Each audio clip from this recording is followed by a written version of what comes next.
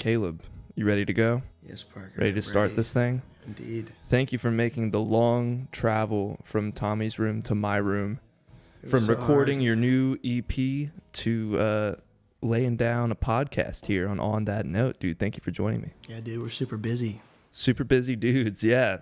How do you manage your time?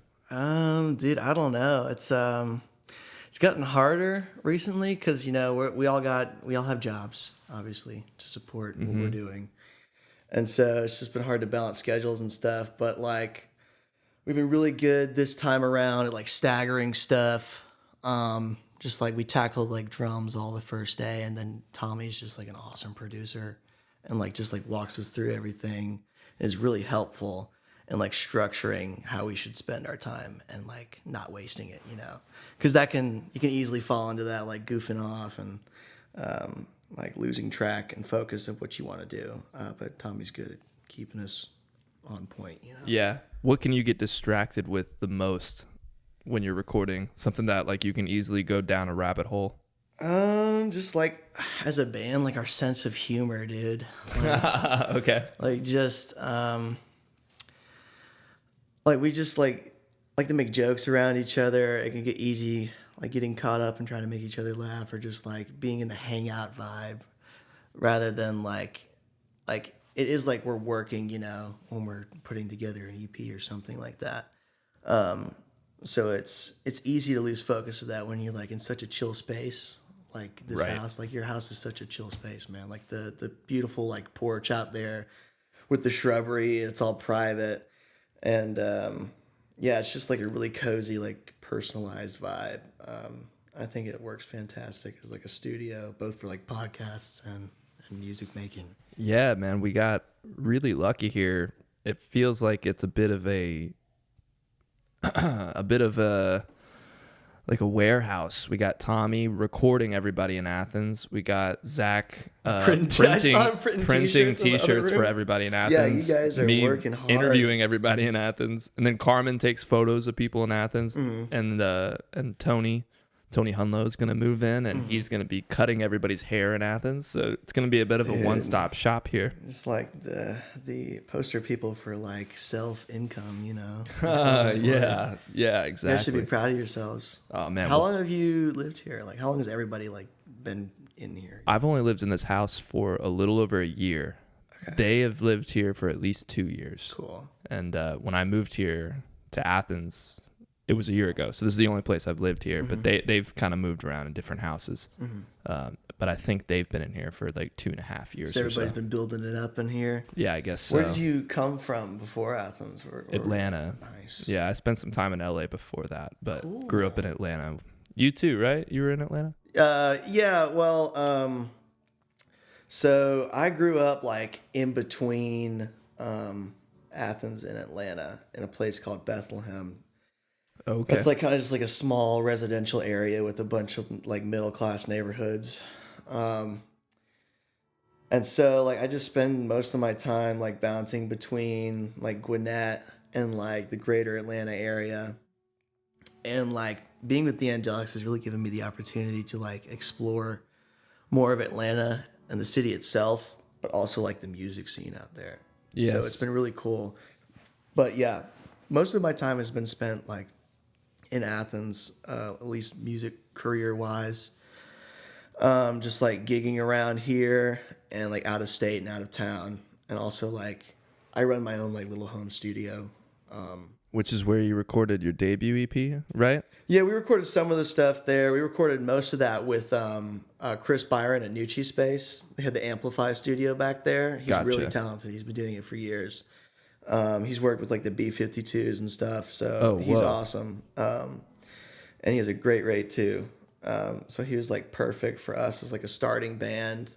He's like really encouraging and like worked really hard to get that EP out, because like that was kind of our first effort at like Conner Ankerich, our drummer, was pretty much the only guy who'd been in a band at that point. Oh, wow. So it was all like a new experience for us. So we were just kind of like learning the ropes as we were going, So the first EP was kind of like, okay, here's what we can do.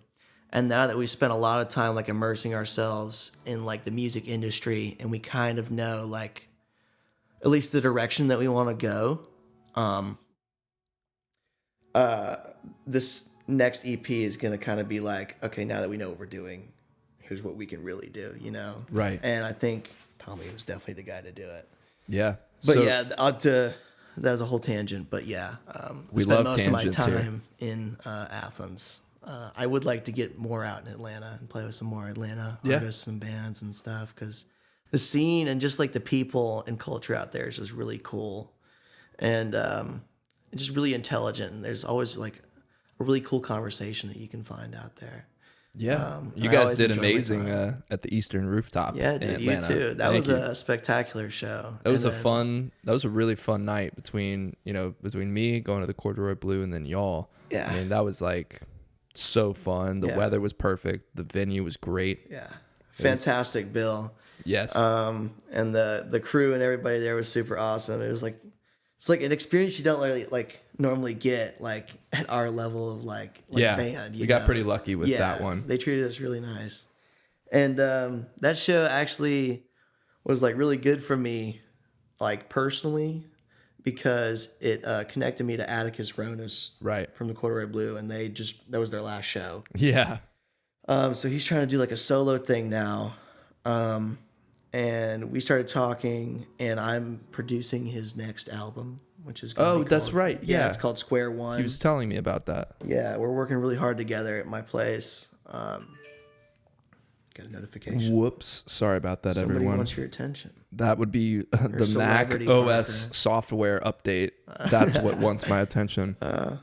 But yeah, so you've been working with Atticus, producing him. Is this the first time you've produced somebody else's project? I produced stuff for like class projects for the MBUS program. Yeah. I was in at that. UGA. Yeah. Shout out MBUS program and David Barbie. They are. He's coming awesome. on the podcast tomorrow morning. No. Yes, sir. He's gonna be here tomorrow. Tomorrow morning. Yeah. Yes, dude. I'll be here tomorrow morning too. I'll be Sick. sure to say hi. What time are you coming in? 11. Okay, he might still be here. He's coming at 9. He likes to hang outside. Yeah. Everybody's told me that he's gonna. He likes to talk, so he might be here in a minute. Yeah, dude. You'll have fun with him. I'm excited. But yeah, I did a bunch of stuff for the MBUS program, like class project wise. And I just kind of like started building up experience that way. And then like I've just been trying to like build that up lately and trying to like make my name as a producer, you know. I'm really trying to make that a career outside of the Angelics. Yeah, Atticus and I have been working together like really hard. We get together for like 4-day blocks of time, and he's like a really visionary kind of dude, you know. Like he's got like the whole like image and and like track listing and everything planned out. Like he's good to go. So it's like really easy to work with him. And it's been a really awesome learning experience.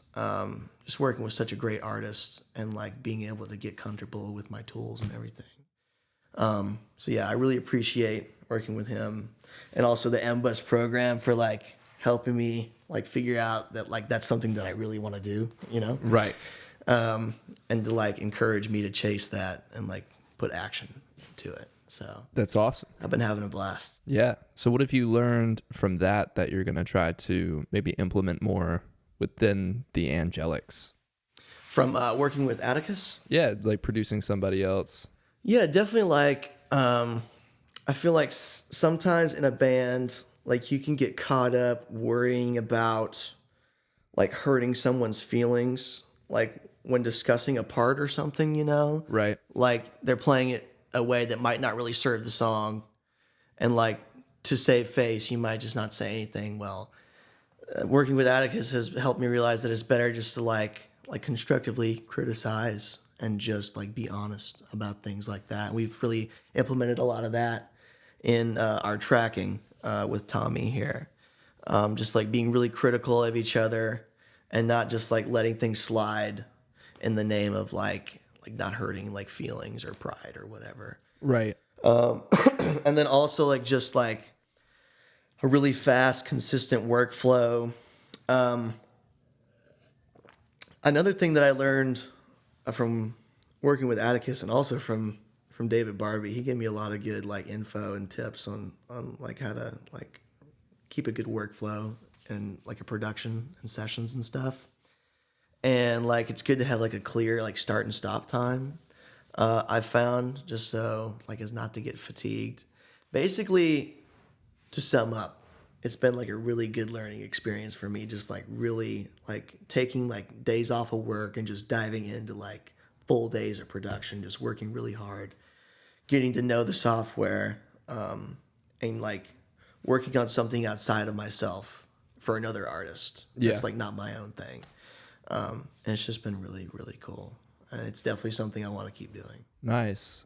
How has how has working with Tommy over the last couple of days producing this EP, how much is that different from when you were producing your previous EP, the debut EP, Mom's House, which is out now on Spotify? Of course, everybody can go listen to it. Yeah, go listen to that Mom's House. Many bangers. Yeah. Dive, Rules. Oh yeah. That's definitely my favorite one. That one had the most love and care. Kind of reminded me of like Black Country New Road a couple times towards the end. Yeah, dude, that one's written by so we have like kind of like a 2-drummer situation. We have Conner Ankerich and Jacob Skelton. Conner Ankerich was our first drummer, and he plays with Jameson Tank, and they have a really busy touring schedule. So when we first formed the band, it was Conner Ankerich who hit us up, and he had his friend Jon Ngo from back home. They grew up in Hartwell together. And they were kind of like a dual package. And so Connor and John both knew Jacob Skelton, who now plays drums for us. Okay. Since Connor has all this time, he's busied up with Jameson Tank. Jacob fills in for all the live stuff and everything. So now it's just kind of become like they're just kind of like one guy, you know, like interchangeable, you know. That's cool. Whoever can make what. So it's awesome. And we've gotten to like employ like both of their drumming on this next EP. Over this time, we've tracked 4 songs. The next EP is going to be a 5-song EP. Cool.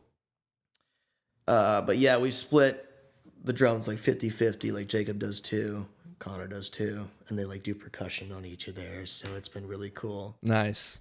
Sorry, but I lost my train of thought. Who does the fifth drum track? The 5th drum track? Or is it acoustic? Dude. Or are they going to fight?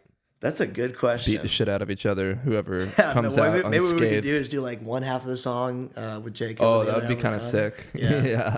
Change up the feel a little bit. Yeah, why not? But sorry, I lost the point of your question. I'm sorry. Oh, yes, that's right. How has working with Tommy, like, how is this process different than the previous one? Yeah.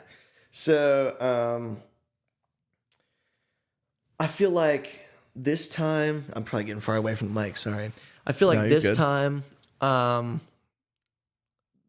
we're a lot more like intentional with everything that we do in the song, and we're tracking everything. Whereas the first EP, it was just like, okay, we need to get some music out because we want to be an original band. So we need to get it out like whatever the most efficient way possible is. So that the answer to that is live tracking. So we live tracked like half the last EP at Nucci's studio and like layered some vocals and like maybe some percussion and stuff. Gotcha. So it was like very like quickly done, not a lot of time spent on the songs. Like Dive got the same treatment as like all of the songs on this next EP. Like we're really like diving in and like spending time on each one and giving it the care and love that it needs. Whereas before it was just like, okay, like this is the song. We're not really like diving into like what might work best rhythmically and everything. But this time we're like intentional with everything that we're doing. And Tommy is also really good at keeping us like focused on that as well. Mm-hmm. Like not overplaying, not oversaturating the sound or anything. Like being very like critical with everything that we're doing. So I'd say that's the biggest difference, is that we're just a lot more critical in the work that we're doing, and we're putting a lot more care and effort into everything now that we can and we have the resources to. Intentionality is so important, and also something I took a long time for me to really grasp what that means. Like, you can think you're being intentional until you realize there's a better way to do one thing, and then it's like, oh wait, what about everything else? And it's very strange to go back into previous things and, you know, realize, oh, I didn't really think about the lyric, that one line. I just kind of had a placeholder. And then now, same for me. Like, I'm trying to be more intentional in general with everything, but especially lyrics. And it can be tough to, like, it's a good thing to be incredibly intentional, but it's also obviously a lot harder, and but it's a better payoff. Yeah, it's harder to be intentional towards yourself. Like, oftentimes, that's why it's good to be in like a band or surrounded by other musicians and like a producer, because like they can be intentional for you. Like, they'll call out little things that you probably never would have noticed, like yourself, because like you're just thinking like big picture rather than like small detail, like someone else, or like, the opposite. Yeah. Like someone you else, know, like, a song so well that you're looking at the details instead of reminding yourself about the big image. Like what like serves everything like as a whole. Yeah, definitely. What's been like one of the biggest things you've learned over the course of your career making music? Like, if you could go back and tell yourself something that you think would be really important for you later, what would that be? I think that I would tell myself to not be afraid to, like, I don't know, I call it making shit happen. Like, don't be afraid to like reach out to people and like ask them to be a part of your group, to ask them to produce your music, to ask them to shoot the video, like whatever. Like, don't be afraid. Like, if you have an idea, you can definitely find the people to put it together. And that's definitely what I've learned. Like, just kind of like, I kind of like head like forward momentum of the Angelics, like putting everything together. Yeah. Like promotionally and everything. And like a lot of the times things you think that are impossible are like in dreamland. Like, if you just like put a lot of effort toward it and like get the right people to work on it, it can definitely happen the way you see it in your head. So yeah, that's been awesome just to know that like I had the power to do that. Makes me feel a lot more confident in terms of like my business abilities and whatnot, you know? Yeah. My dad always told me, if you don't ask, the answer is always no. Exactly.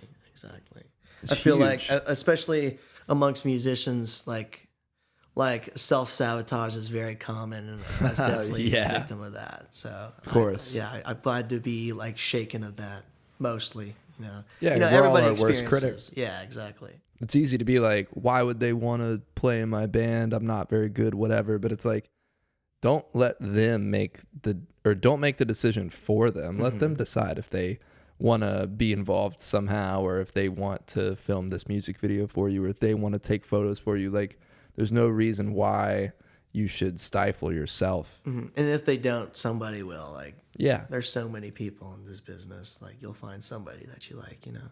Exactly. So, what are some of the things you're the most excited about with this new EP? You said you're a little bit more intentional with all the details. Anything else going on that maybe you're trying to explore creatively that maybe you didn't quite get to do on the last one? Yeah, I would say, let me think about that for a second. Yeah. I would say that we're definitely trying to get into like weirder sounds. Like before, like I said, a lot of it was live tracked. So we didn't get to do like a lot of the weirder, like production only type stuff that you like hear on Dive, you know, like all the weird noises and stuff. And so this time around, there's like a little bit of that in every bit of the songs, you know, and Tommy's been really good about helping us figure that out and putting that on in like a non-harsh manner. So yeah, we're trying to explore like some weirder like electronic noises, some synthy stuff, like some synth pop type vibes. I feel like we were getting real 80s inspired But I feel like we're pulling from a lot of like 2000s, like late 90s kind of like alt rock Yeah. in this next one.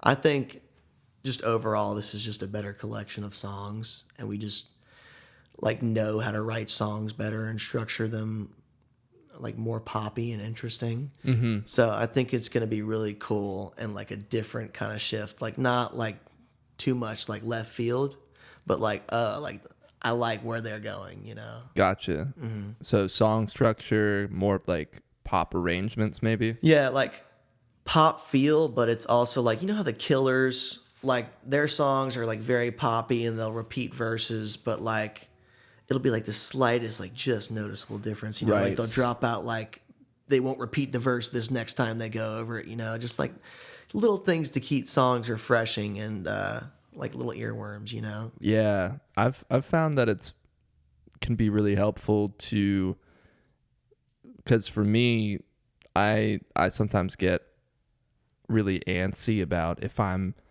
writing verse, chorus, bridge, chorus, whatever. It's like the classic structure to just feel like I have to fuck it up in a way so that it doesn't feel too classic structure. Like I'm always trying to like look for weird things, and a lot of that time it ends up all you got to do is really maybe take something away. You Just know, reduce a little bit. either like half that verse, or take out the bass for one part, or add a little guitar thing but not much, or maybe the vocal does this, hits the harmony instead of the normal melody. It's like all these little things you can do that just like sprinkling across the whole song just makes it so much more interesting, even though it's not that much of a difference. It's just a little subtle thing.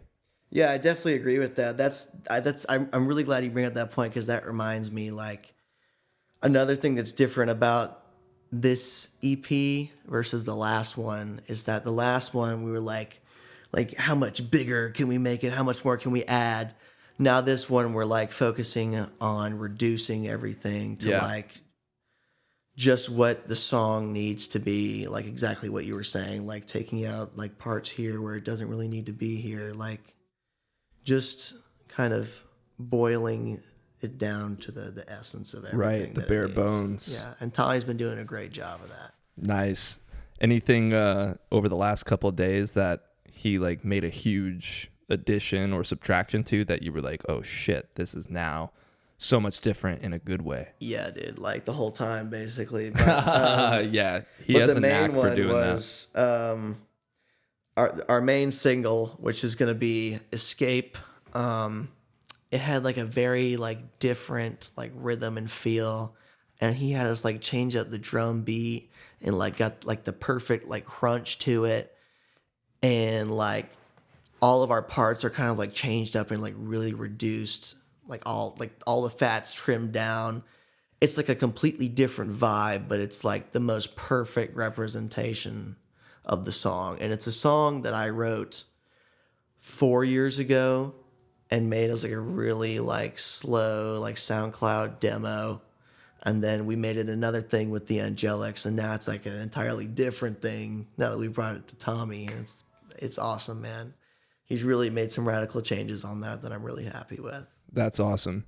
Do you ever feel like there's a voice inside your head that fights the change, or do you feel like you've gotten better at, I mean, not that you maybe weren't always good at it, but for me, sometimes it was a little tough to accept either criticism or just suggestions into your song. How do you filter out those things? I'm always pretty open-minded when it comes to suggestions and stuff. That's why I love being in a band, is because like I know that I'm never gonna have like the best like idea for everything, you know, like the best representation of something is when everybody comes together and puts all their work into it, and it comes out like that's the representation of what everybody's done. Sorry, what was your question again? Just more of, I guess, how do you in the band navigate collectively shaping these songs? Are you would you say you're the primary songwriter, or is it a pretty collective I would say situation? it's pretty shared. Like most of the songs we have out right now are mine, and we're working on majority of my songs, but like we all like have our hands dipped into it. Like I was saying, like Escape was a SoundCloud demo, and then I brought it to the Angelics, and like Bites, who's playing in there right now, just wrote like a whole like new chorus for it, and we upped the tempo and everything. And that's just kind of how it works with all of our writing. That's kind of how we navigate collectively, is like we bring the idea, or we start with an idea, and we all put our best effort forth on what our front is, like guitar or vocals or whatever, and try to serve the song the best. Not trying to be like the best idea or whatever, but just like, what can we do to make this feel like a really solid, structured song that like kind of like exists already. Like that's how we know we got a good song, is like if it comes together and it's like, oh, this feels like a song that's like already out there, then we've got a good one. That's awesome, dude. I keep going on tangents. Nah, man, I'm that's what it's ADHD as for. hell, bro. Dude, you're all good. Happened. That's what this is for. I can't tell you how many tangents I've gone on in this show that we end up, taking like 2 hours. Logan Pilcher came in a few weeks ago, and we ended up doing almost 2 hours, and it's just like, it's just the way it goes. But let's pivot a little bit towards, your live performance. I saw you guys play at the Georgia Theater, which was a fantastic show. You covered Only Get What You Give, which is like, I'm begging to hear it again. When I saw it, I was like, y'all crushed this. Everyone loves it. Such a crowd pleaser. What made you choose that song? And then I got some other questions about the live For show. that, well, first of all, when we were asked to do that, like, we're a pretty young band, but we were even younger then, so we were like, oh my God, like, what do? We got to put together a good set. And so we had all these really good originals, but we also wanted to have like one like familiar like thing to hook on to in there, and we didn't want to do like Mr. Brightside or Tennessee Whiskey or whatever. Yeah, like the too typicals. obvious. Yeah, something that like we really like, but that also the crowd will really like. A little compromise. And so our drummer Conner Ankerich was like, "What about You Get What You Give?" He just like pulled up the song, and we were like, "Yes, that's the one." Perfect. Right? Like it's a banger. A lot of lyrics though. Yeah, dude. You have to probably memorize a lot of lyrics on that one. Yeah, dude.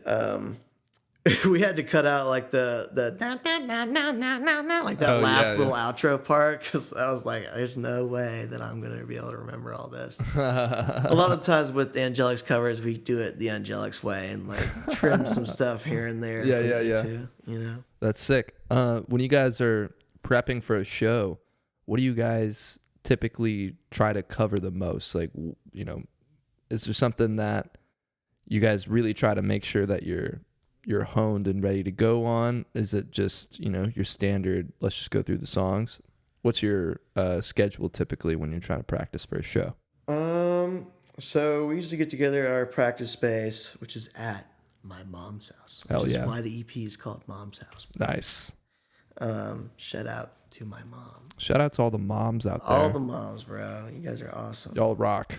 But yeah, so like the fact that we have her space there that she allows us to use to practice, like gives us like the freedom of no time or money pressure to like really focus and hone in on everything. We do get kind of like anal about things and like really detailed. So yeah, we just like to take our time, go as long as we need to. And then in terms of like sometimes what we'll do if it's like a performance that's like out of town or something is we'll get together the night before practice, and then the day of, like, we'll go out to the neighborhood pool and we'll hang out and just get like a cool, like fun hangout vibe and just kind of relax, not worry about like having to do good or do work or whatever. Just focus on like relaxing ourselves and getting ready for the night and everything. Yeah. And that's been really helpful in just like keeping us stable, like zip-zopping across the southeast and stuff. Yeah. What do you guys think is the most important quality in a live performance? Bouncing off what I just last said, probably just like making sure the band is like having fun and like displaying that, because the crowd is going to feed off of that energy. Like if you're up there and you're feeling bad and like people can see it on your face and in your body language and everything, like that's just going to translate like in your performance and also just like the energy you give off to the crowd. So making sure that like you're in a good mood and feeling relaxed and okay, and like we're hanging out, you know, we're having fun, we're having a good time, you know, we're doing what we love. Yeah, it's supposed to be fun at the end of the day. Exactly. Why are you in a band if you're not having fun? Yeah, yeah. Even if you're playing like sad as hell music, you're doing it because it's fun to you. Mm-hmm. I would hope, right? So you know, that's a great. Sad and still have fun. Yeah, dude. Yeah, absolutely. Do you guys have any pre-show rituals? Dude, I don't know. I would say the closest thing to it is we ritualistically get like bacon, pineapple, jalapeno pizza. Not where I thought that was going. That's hilarious. Yeah, dude, it's our favorite. Bacon, jalapeno, pineapple pizza. Dude, So it's like a Hawaiian pizza good. with a spice. Yes, dude, it's so good. I used to get John that exact put it same on. thing, and then my stomach was like, "You gotta chill out, dude. This is too much." It can be pretty harsh. But the flavor makes it worth it sometimes. That's amazing. You do that before you go on stage. I would be out. It's not the best lifestyle choice, but it's worked for us so far. Yeah, not everyone's built for that. Yeah. You know, you guys are built different. I'll tell you what though. That's another thing, just randomly off the top of the noggin. Our bassist Jon is just built different. Like, yeah, that man can like eat as many calories as like you can imagine, bro. Like, he can take a bit of like, a black hole. Yeah, exactly. Like, he can just take like a drink and just like immediately guzzle it down.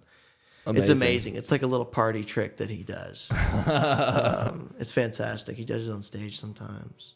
He does what? Like, he'll like shotgun something. Or, sick. Yeah, it's crazy. I can just imagine him eating like a giant slice of Hawaiian pizza on stage. He could do it, man. Like, I really believe it. Like, we challenge him often to like see how far he can go, and nothing has stopped him thus far. So, damn, dude. If anybody can, it's him. I applaud you. That's incredible, dude.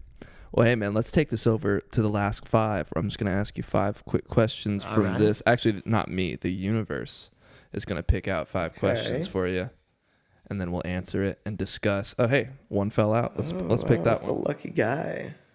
So, number 1 question is... Dude, this is awesome. I like this.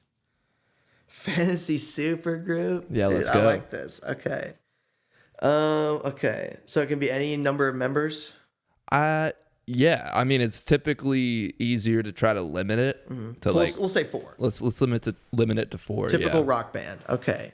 So on drums, we're gonna have the master of groove, Steve Gadd. Okay. On so many classic records, and you probably don't even know. Don't know him, yeah. You don't know him, but you've definitely heard him. Okay. Let's see, Nile Rodgers on rhythm guitar, because that man is the master of funking and chunking the guitar. True. For bass, dude, there's Andy Rourke from the Smiths. Oh, dude, there's so many bassists to choose from, but like the way he plays his like crazy melodic, dancey, funky bass lines, you know. Yeah, yeah. And then for the singer, dude. Oh, man. Always the toughest one. That is tough, isn't it? I think that I'm going to have to go... That's generic. No, I was going to say Freddie Mercury, but... It's a little too on the nose, but at the same time, he is maybe the best of all time. Yeah. One could argue. Yeah, it's probably a given. Like, I want to do something interesting. Yeah.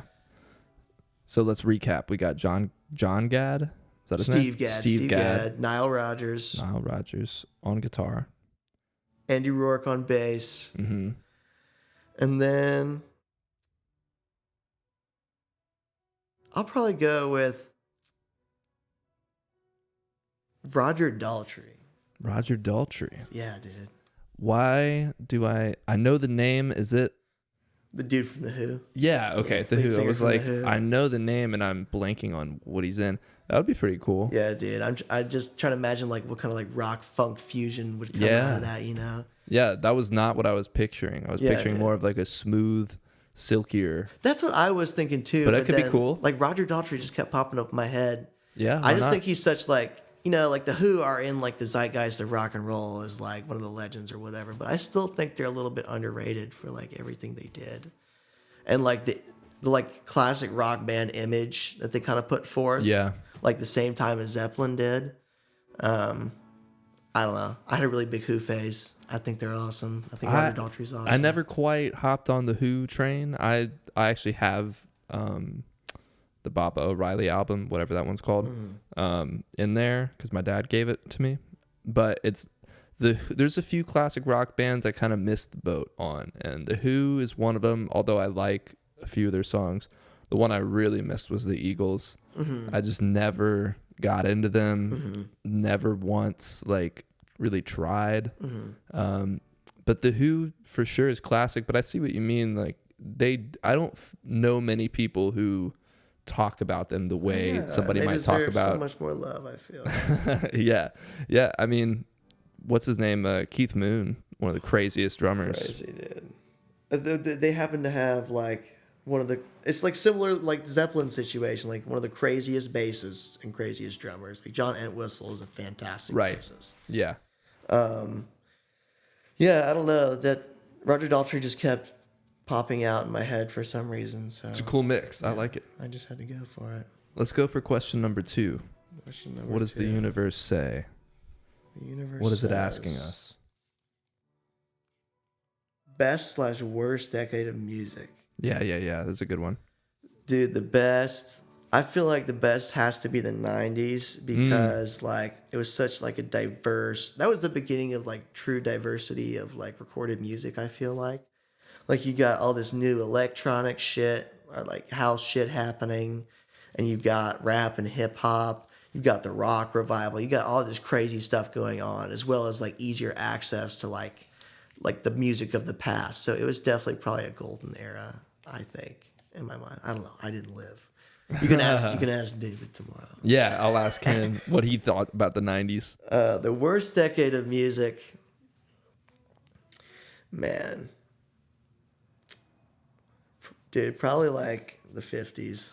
Honestly, like yeah, because we know like the golden Are era. you saying that because that's a bit of a cop out answer, or do you know? About the 50s and you're like, actually, it does suck? Yeah, like just like because it's definitely a cop out answer to say anything before the 60s. Okay, so you want me to choose between? I think I'm gonna 60s and 80s. I think 60s and now. Okay, I would say out of between 60s and now. Yeah, so you could say the 2010s were the worst if you wanted. Dude, you would be insane to do that, but you know what I'm gonna have to say? The 60s. Oh wow. Okay. The 60s, like there's a lot of great bands, but you like the amount of shitty bands in the 60s is also probably like washed away with time. That's a good point. Yeah, you raise a good point there. They just weren't like invested in or recorded because like, you know, the labels just wouldn't put time or anything into. Yeah, that's a good point. I feel like 2010s I chose over it because that was just like another like major like explosion or like renaissance of music, like the digital era. Yep. Everybody can make music. Yep. Pulling from all kinds of influences. It's awesome. Yeah, I agree. Awesome. Wow, you're probably one of the first people to ever say the 60s was the worst. It had a lot of great music, but the 70s, that's when everybody really learned how to make damn records, man. 70s. They show in the recordings, I think. Yeah, somebody really brought my attention to the fact that the 70s were like an improved upon 60s.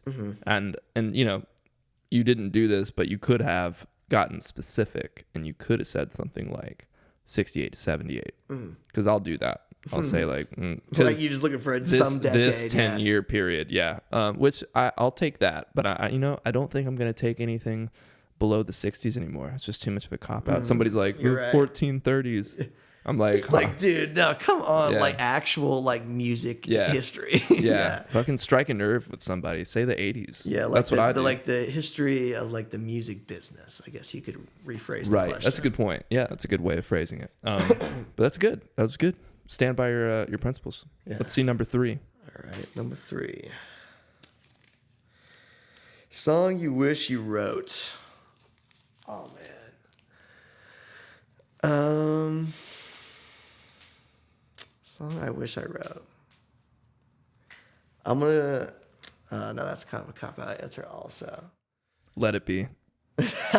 No, I was gonna say the first thing that came to mind was, our song "Dive," the Angelics song "Dive."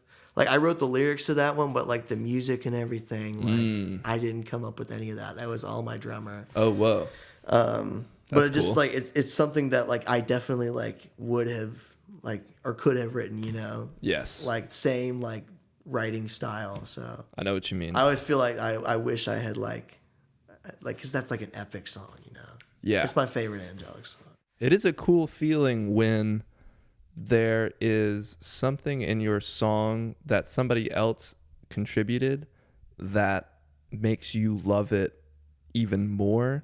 Because I mean, if you've written everything with it, it's almost like it's too much. It can feel sometimes like too much of yourself. Mm-hmm. When I just recorded with Tommy about a month and a half ago, he did the bass line. I had literally no idea what I wanted, but I knew it was going to be groovy. And I was just like, Tommy, I want you to do it because he rocks. Mm-hmm. He banged out like the best possible bass line ever for the song in like an hour.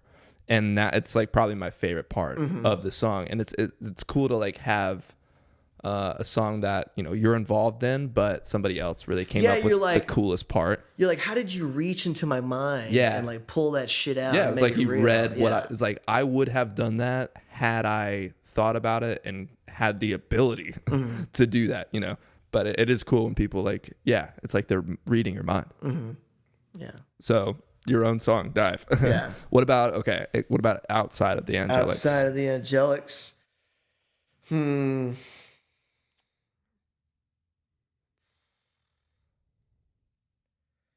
I'm trying to think. I want this to be a good answer as well. Yeah, this is a tough question. It's definitely a tough one. Oh, I know.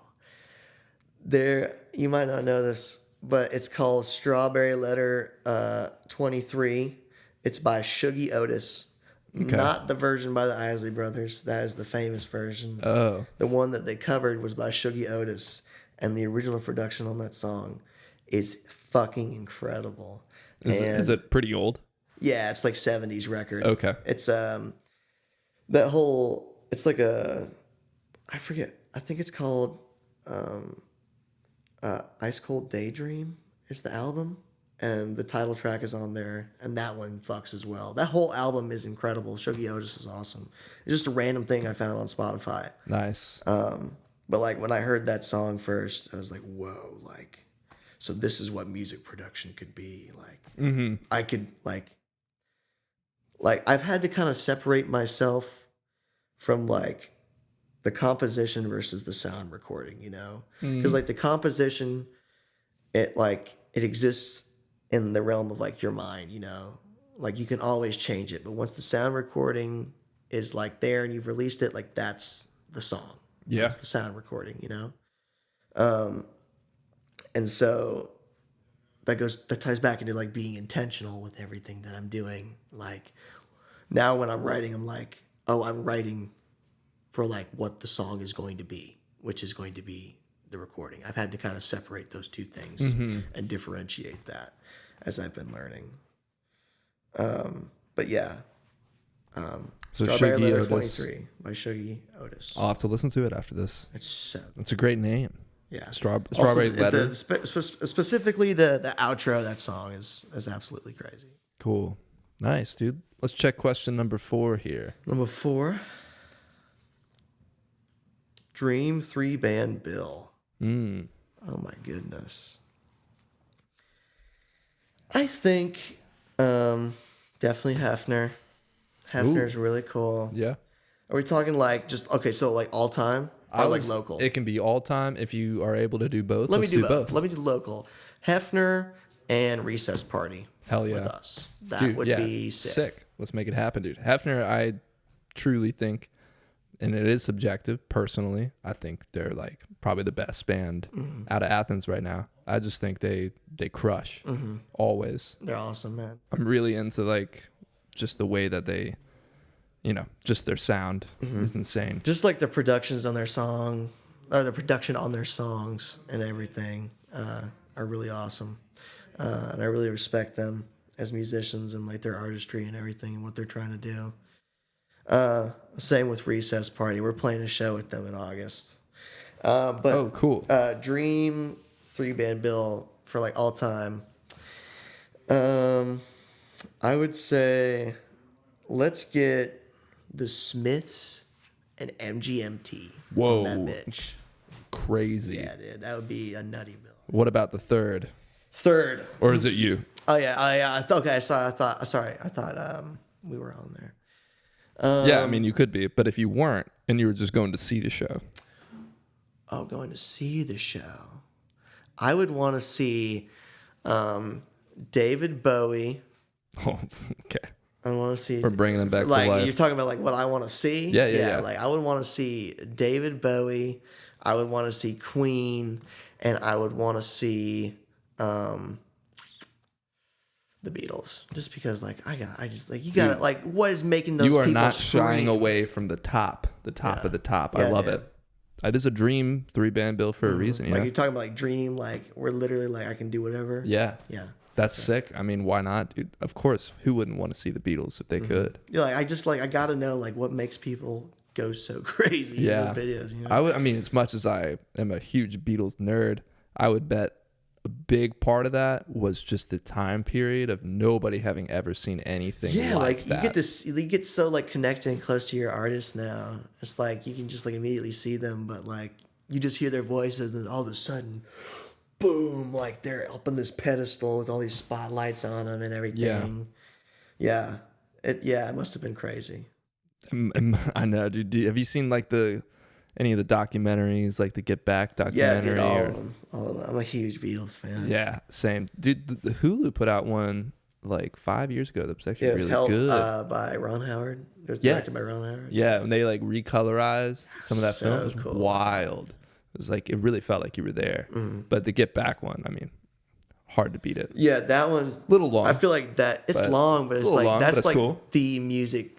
That's like the band documentary of all time, bro. Right. Like, if you want to know what it's like to be in a band, like just watch that documentary. Like just the way they interact with each other. Moving process. Yeah, the slog, everything. Yeah. Like getting into like disputes and shit. It's awesome. It's really cool. It like really like takes these people that have been like legendized and like humanizes them. Which is really cool. It's a great way of putting it. Especially when like they're our heroes. And of course, yeah. Cool, man. Well, let's shut it down here with the last question of the last 5. Yes, sir. Alrighty. Let's see what we got. Dream artist / producer to work with. Ooh, dude. My number one that I've always thought is Butch Vig. Hell yeah. Butch Vig did the second Nirvana record, Nevermind, their famous one. And he also did work on a bunch of Foo Fighters stuff. And he's got like the like big production like nailed down. And I've watched a bunch of documentaries on him. And he seems to be really good at like bringing the best out of the artist and stuff. And like Garbage is a dope ass band too. I've never listened to them. Yeah, he plays drums for them. Oh, they're super cool. Okay. So he's like also an artist / producer. So I'd love to work with him. But other than that, Butch Vig's great.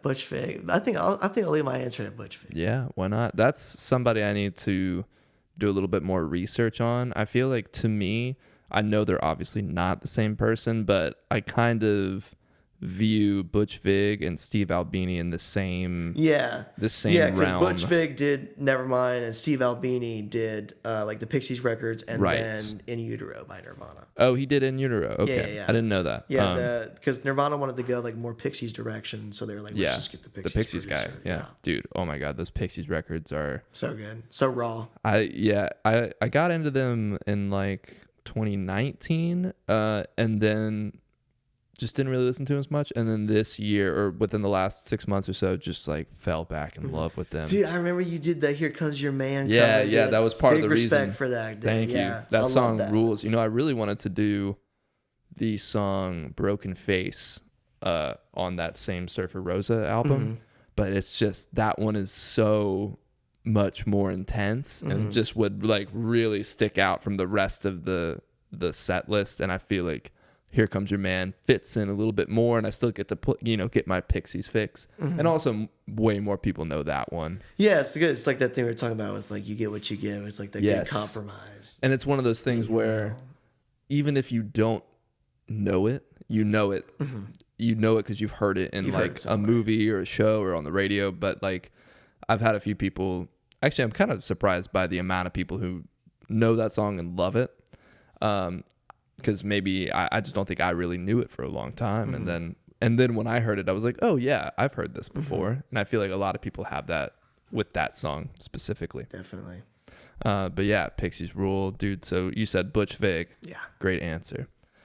Cool, man. Well, Caleb from the Angelics. First of all, got to give a shout out to the man, Jackson Cherfoley, your manager, for getting you on here, linking us up. And yeah, dude, it's been a blast having you. Yeah, the Angelics, Caleb, thank you for coming on the podcast. Everybody be on the lookout for the new EP. Go listen to Mom's House on Spotify, Apple Music, whatever you prefer. And yeah, let us know what you think about the episode. Thanks again for coming on, Caleb. It's been a blast. No problem, man. Thank you, man. All right, dude. See you later.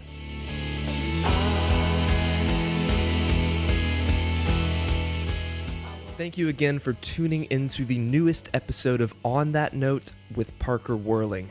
Remember, not only can you listen to the episodes on Apple Podcast and Spotify, but you can also watch the episodes on my YouTube channel, which is linked in the description below. And on that note, I'll see you guys next time.